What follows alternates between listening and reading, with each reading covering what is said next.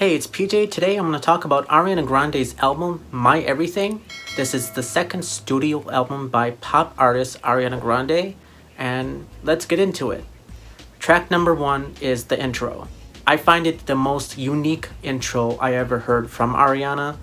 I find it more like a pop and country almost, like how she sings it. And I don't think anybody ever listens to the intro, it's way too short. So, track number 2 is called Problem, featuring Iggy Azalea. It's an upbeat song where you have these very loud saxophones during the chorus. You also have a sample with a special effect in this song as well from the TV show Star Trek, where you have Big Sean's verse comes in, where he's actually uncredited in his verse. With this song, even Ariana really doesn't like it. She even pokes fun at it. Using newer parts of my range that I don't get to showcase on my and I'm like you know. Even Ariana Grande fans really do not go back to this song. They find it the worst song on the My Everything album. To me, I really like this song. As for Iggy Azalea's verse, I really think that she really does a really good job on this song. It's very sad that she cannot get any recognition like she used to back then. I listened to some Iggy Azalea songs. I really love her song called Lola. If you guys haven't checked it out, go check it out. It's such a banger. It features Alice Chatter, and her vocals on this song during the chorus, they are very good. Really gave me a lot of Santana. You have these heavy rock electric guitars. It's such a good song. The music video for Problem is probably the best music video from the My Everything era. Some of the scenes, Ariana wears this black dress along with these white boots, and she just starts dancing with her dancers. Then it pans over to another scene with Ariana wearing these long stockings and this very sexy outfit that she has. So forgive me, girls, if I said that.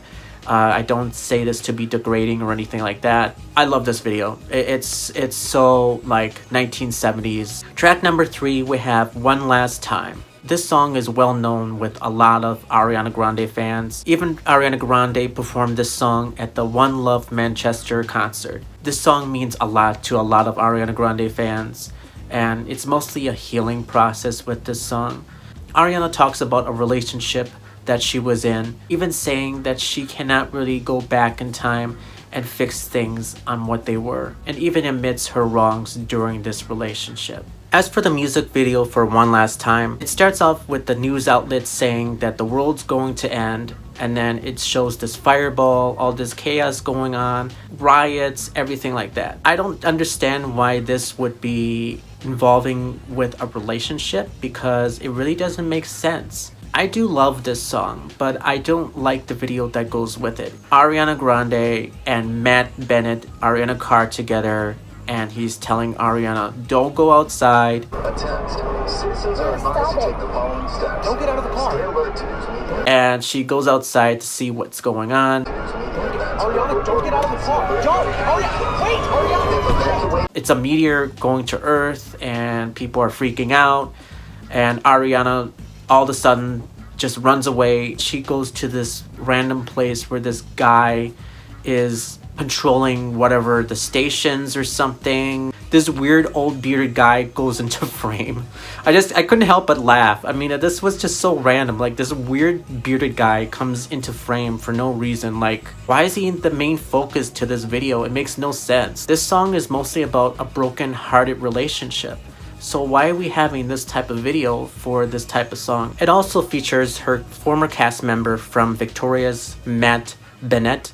He was also featured in Ariana Grande's music video Thank You Next, so this wasn't actually the first time he has been with Ariana Grande in her music videos. I don't understand what this video is trying to prove. Like, it really doesn't give me anything on what it's actually about. If anybody knows what this actually means, please tell me. I would love to know, because I feel like the whole music video doesn't go at all with the song itself. Track number 4 is called Why Try. The song is pretty nice. I'm not saying I really love it. My only guess is that Ariana is going through some situation of just finding questions to herself, trying to figure out what lies ahead for her. I really don't go back to it because I feel like this song drags way too much. No hating at all.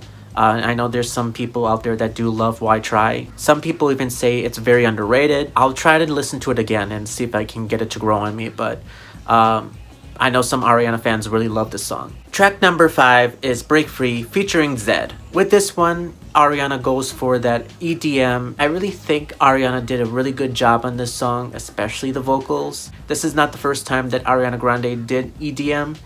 She did this on her first album with yours truly with the song Better Left Unsaid. You start off with a very beautiful ballad and then suddenly it goes into this EDM. I don't like it. I really don't. I really feel like that was the worst song to close out an album. Probably the worst song off yours truly. As for Break Free, I love the message behind this. Talks about positivity, being yourself. We need more of that. Moving on, we go into track 6, Best Mistake featuring Big Sean. I love how the piano comes into the song. Something I would hear from a movie, like a musical. I can just picture the scenery right now of Ariana being in the woods and singing the song. It really gives me that vibe from Judy Garland. Probably the most underrated performances I've ever seen. You can see that Big Sean was very in the moment with Ariana. If you guys want to see it, I'll put it here. This song was basically about these two. You can see it in the lyrics that she thought he was her best mistake. At track number 7, we have Be My Baby featuring Cashmere Cat. With this song, Ariana goes more into the R&B genre. I really think this song is alright. It's not my favorite from Ariana. At track number 8, we have Break Your Heart Right Back featuring Childish Gambino. I really do not like this song. The reason why, it's because that it's just really repetitive. This song also samples I'm Coming Out by Diana Ross. It gets a bit too much for my taste. I know some Ariana fans really do like this song a lot. I just feel like she's going through a midlife crisis. With its lyrics, especially when Ariana says, my baby loves me, my baby loves me. Ugh. I don't know. I mean, I couldn't go through it. I really tried getting this song to grow on me and I really couldn't. I really tried. I'm not just saying that. It's just Ariana just talking about that she's moving on from this person. She doesn't want to deal with them anymore. She wants to break his heart right back. At number 9, we have Love Me Harder featuring The Weeknd. This song is very detailed. I'll let the lyrics explain for itself. So yeah, this one's really good. It gives me a lot of the 1980s with its production. Ariana has very strong vocals in this song. At track number 10, we have Just a Little Bit of Your Heart. This one is a ballad and I really don't go back to it.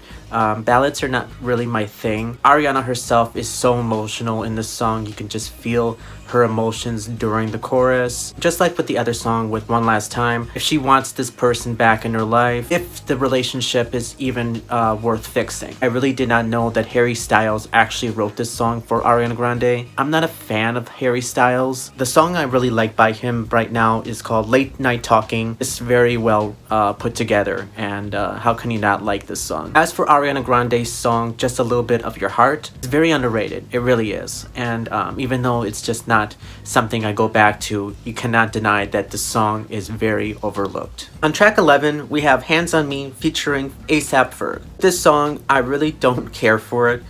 Something about it, I don't know, just really repetitive all over the place. A$AP Ferg's verse is just, should have never happened. He really kind of ruins the song completely. The song itself, production around it is okay. It's not the best I heard from Ariana. How the drums are being placed in the song. Then you have the synths coming in during the end. It's something I would hear off the Fast and the Furious. In conclusion, we are in the last track right now on this album, and that is the self-titled album itself at number 12. My Everything. This one is a ballad, and like I said, ballads are not really my thing. It depends on my mood. It really depends on that person's mood on how to go through this song. With this song, Ariana Grande talks about a past lover that she was really strongly connected with. Between the lyrics, the piano playing in the background, it's very unfortunate this song is really short. I can see why some Ariana Grande fans really connect to this song. It's really special. It's very well written. What a way to close out an album. My final thoughts on this album, I really think this album is kind of like here and there. This album kind of had that Yours Truly and My Everything. It was like both albums rolled into one, really. I also have a physical copy of My Everything. Unfortunately, there are no posters in this album.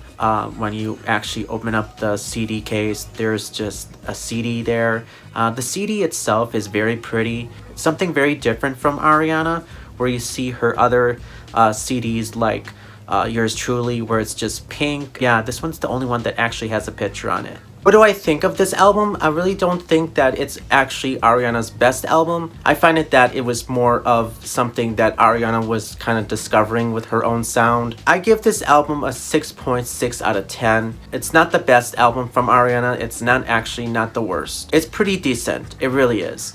Love to hear your top 3 songs. Mine are Best Mistake, Love Me Harder, and Problem. And anyway, I hope you guys are well, and take care.